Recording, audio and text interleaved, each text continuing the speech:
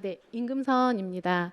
네, 지금 오늘 한중 FTA가 이제 발효된 지 벌써 어느덧 10년이 되었는데요. 발효 초기부터 양국 간 교역은 빠르게 확산되었고, 우리 기업들도 FTA를 통해서 다양한 관세 혜택을 실질적으로 누려왔습니다. 다만 이제 최근 글로벌 관세 통상 환경이 급변하고 있는 이 시점에서 이제 우리는 한중 FTA 10년을 돌아보고 이제 이 RCEP 제도와 같이 어떻게 더 제도를 활용할 수 있는지에 대해 살펴보도록 하겠습니다. 오늘 준비한 내용은 다음 세 가지 파트로 구성되었는데요. 첫째, 한중 FTA 10년의 활용 현황을 살펴보고, 두 번째로 한중 FTA와 RCEP을 비교해 보면서, 마지막으로 우리 기업들이 실무적으로 한중 FTA와 RCEP을 어떻게 활용할 수 있을지 살펴보도록 하겠습니다. 먼저 첫 번째 파트인 한중 FTA 10년의 활용 현황에서는요, 간략하게 한중 FTA의 개괄적인 내용을 살펴보고 지난 10년간 이행 과정에서 실무적인 주요 이슈들 그리고 활용 현황에 대해 살펴보겠습니다. 한중 FTA는 2015년 12월 20일에 발효된 우리나라에서는 12번째 체결한 FTA입니다. 우리나라는 2004년에 칠레 FTA를 시작으로 EU, 미국, 아세안 등 여러 국가들과 활발히 협정을 체결해 왔고, 현재까지는 총 22개 협정 그리고 대상국 59개 국가 협정을 체결하여 발효되고 있습니다.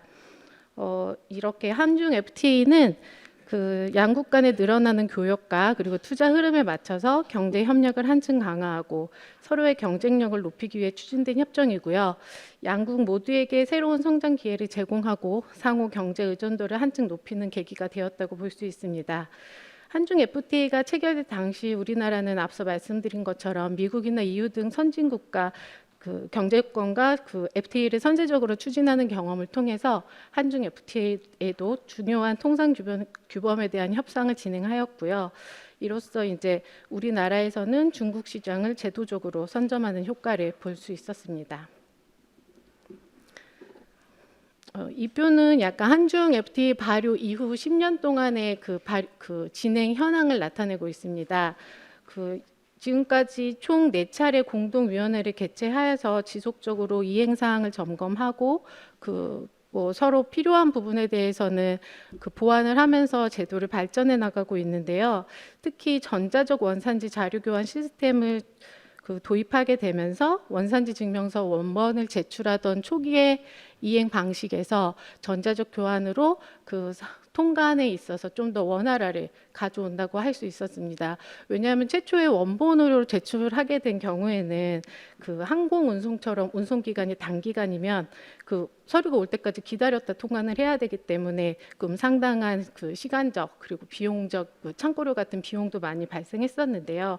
이 부분에 있어서 이 교환 시스템 도입은 많은 해결책을 가져왔다고 할 수 있고, 그리고 지금이야 좀 되게 옛날 이야기가 되었지만 최초 한중 FTA CO에는 한 장의 CO에 20개 품목만 들어가는 되게 제한적인 규정이 있었습니다. 그래서 이런 경우도 되게 다 품목을 수출하는 기업에서는 한 수출건에 대해서 여러 장의 CO를 발행해야 되는 그런 어떤 불편함이 있었는데, 그 부분도 제도적인 개선을 통해서 지금은 품목 수에 관계없이 원산지 증명서를 발행할 수 있게 되었습니다. 그래서 한중 FTA의 양어 유형은 보시는 것처럼 즉시 철폐되는 영유형에서부터 선형적인 철폐 방식 그리고 비선형적 철폐 이런 식의 양어 유형을 가지고 있고요. 그래서 이런 양어 유형을 기반으로 우리나라와 중국이 어떤 식으로 양어를 했는지는 발효 최초에는 우리나라는 약 50%, 중국 기준으로 20%, 그리고 일반 품목 기준으로는 10년이 지난 현재는 약 79%와 71.3% 정도의 양어 수준을 보이고 있습니다. 그래서 이 품목 수는 우리나라 기준으로는 약 12,000여 개고 중국은 8,000여 개인데요. 이는 HS 코드 10자리를 쓰냐 8자리를 쓰냐의 차이인 거지, 중요하게 보실 부분은 이 비율적인 측면에서 이렇게 양어가 되고 있구나라고 보시면 되겠습니다. 그래서 앞에서부터 그 한국과 중국 간의 FTA 활용률에 대한 숫자는 많이 이야기가 되었는데요. 2016년 초기에 한중 FTA 특혜 대상 그 활용률을 보면은 약 33.9% 정도가 됩니다.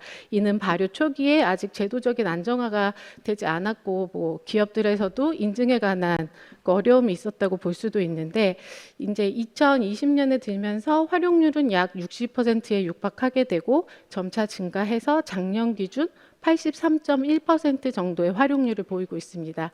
이 숫자 자체는 우리나라가 중국으로 수출하는 금액 대비 특혜 대상 수출액에서 FTA 활용을 하고 있는 원산지 증명 발행 건수에 대한 수치라서 관세청에서 나온 그 신뢰할 수 있는 정보라고 할 수 있습니다.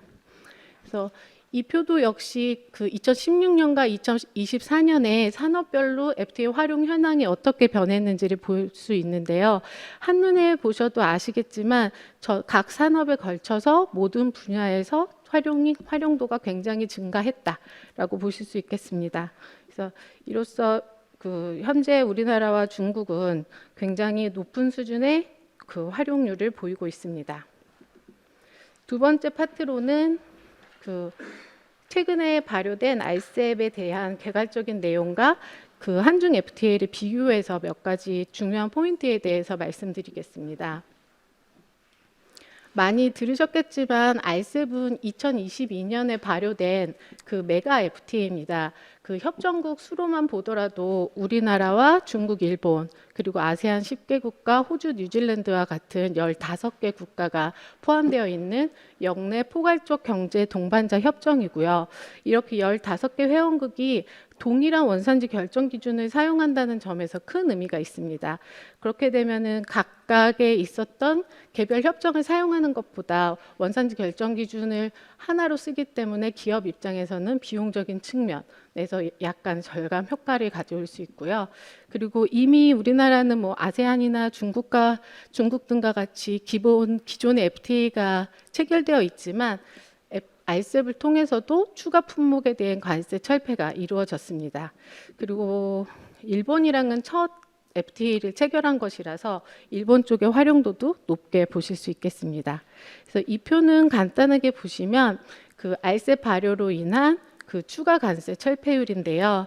일본이 83%를 차지하고 있는 것은 방금 말씀드린 것처럼 우리나라와 최초로 맺은 협정이라서 약 전체 품목의 83% 정도의 관세 철폐율이 보이고 나머지 국가들은 기본적인 협정에서 양호했던 철폐율에 추가해서 그 더 많은 수준의 철폐율을 보실 수 있습니다. 그래서 RCEP도 우리나라에서 발행 그 원산지 증명서를 발급하는 현황을 보시면 뭐 예상하시겠지만 일본의 활용도가 가장 높습니다. 그리고는 그 다음 중국인데요. 이 숫자는 원산지 증명서 발급 건에 대한 것이라서 그 저희가 기간 발급 대상만 포함되고 자율 작성 신고서는 이 통계에는 포함되지 않습니다. 그래서 뭐 여러 번 들으셨겠지만 그 RCEP은 다자간의 단일 원산지 결정 기준을 활용할 수 있다. 그리고 원산지 증명서는 뭐 한중 FTA나 한 아세안과 다르게 기간 발급 이외에 자율 발급 원산지 신고서도 가능하다는 점이 큰 특징이고요.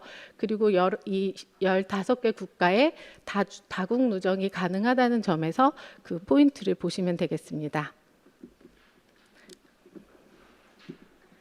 그리고 이제 세 번째로 그 한중 FTA와 RCEP을 활용한 전략에 대해서 뭐 원산지 인증 수출자 제도 그리고 누적 기준, 연결 원산지 증명서 제도 등에 대해서 간략하게 설명드리면서 활용 전략에 대해 말씀드리고자 합니다. 많이 들으셨겠지만 그 우리나라가 인증 수출자 제도를 채택하고 있는데요. RCEP에서는 그 최초의 자율 증명은 인증 수출자만 할 수 있었고 지금이야 뭐 완전 자율이라고 해서 수출자와 생산자도 할 수 있지만 그러한 혜택을 누릴 수 있습니다. 그리고 인증 수출자로서 기간 발급을 하는 중국의 경우에는 그 서류 제출을 간소화하고 그리고 심사 기간이 단축되는 등의 효과가 있어서 업체에서는 그 자기 상황에 맞게 업체별 인증 수출자 또는 품목별 원산지 인증 수출자 등으로 구분해서 혜택을 향유하실 수 있겠습니다.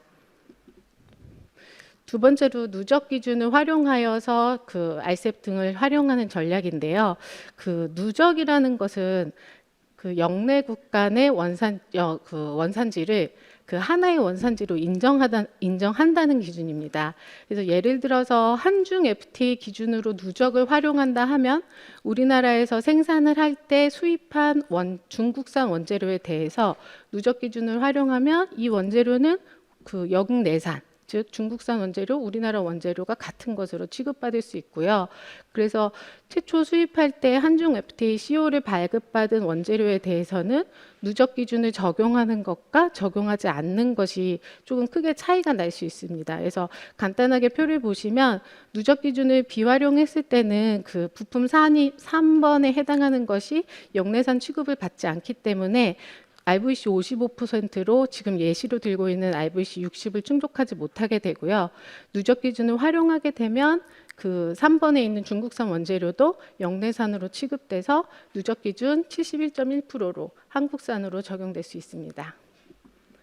그래서 이 부분은 RCEP의 누적 기준인데요. RCEP은 협정문 3.4조의 누적 기준을 명확하게 규정하고 있습니다. 그래서 1번 규정과 같은 경우는 아까 한중과 같은 그 재료의 누적에 관한 부분이고 2번은 공정 누적인데 이 부분은 모든 협정국이 발효된 이후에 검토를 개시하는 거라서 추후에 공정 누적까지 생각한다면 RCEP의 활용 전략은 더 중요하게 생각하실 수 있겠습니다.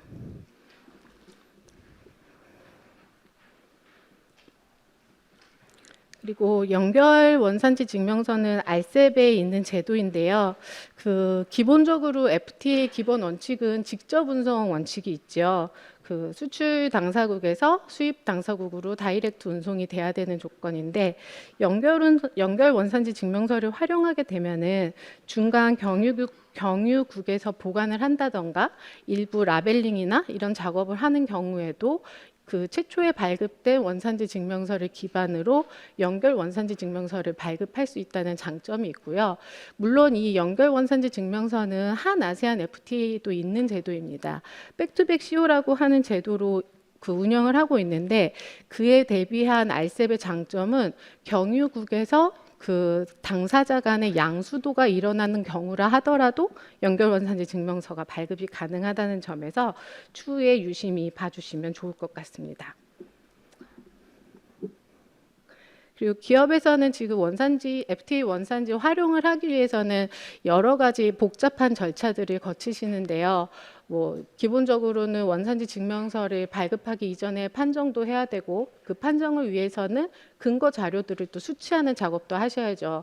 그런 자료들은 전부 다 합산이 되어 나중 사후 검증을 위한 자료로서 보관해야 되는 의무도 있는데 그런 자료들을 모두 다 그냥 매뉴얼로 관리하시기엔 어렵다면 뭐 이렇게 제공되고 있는 관세청에서 뭐 무료로 제공되고 있는 FTA 패스라는 관리 시스템을 활용하신다면 그 일련의 절차들을 시스템 안에서 판정하고 보관하는 것까지 하실 수 있는 그런 제도가 있으니 한번 유심히 봐주시면 좋겠습니다.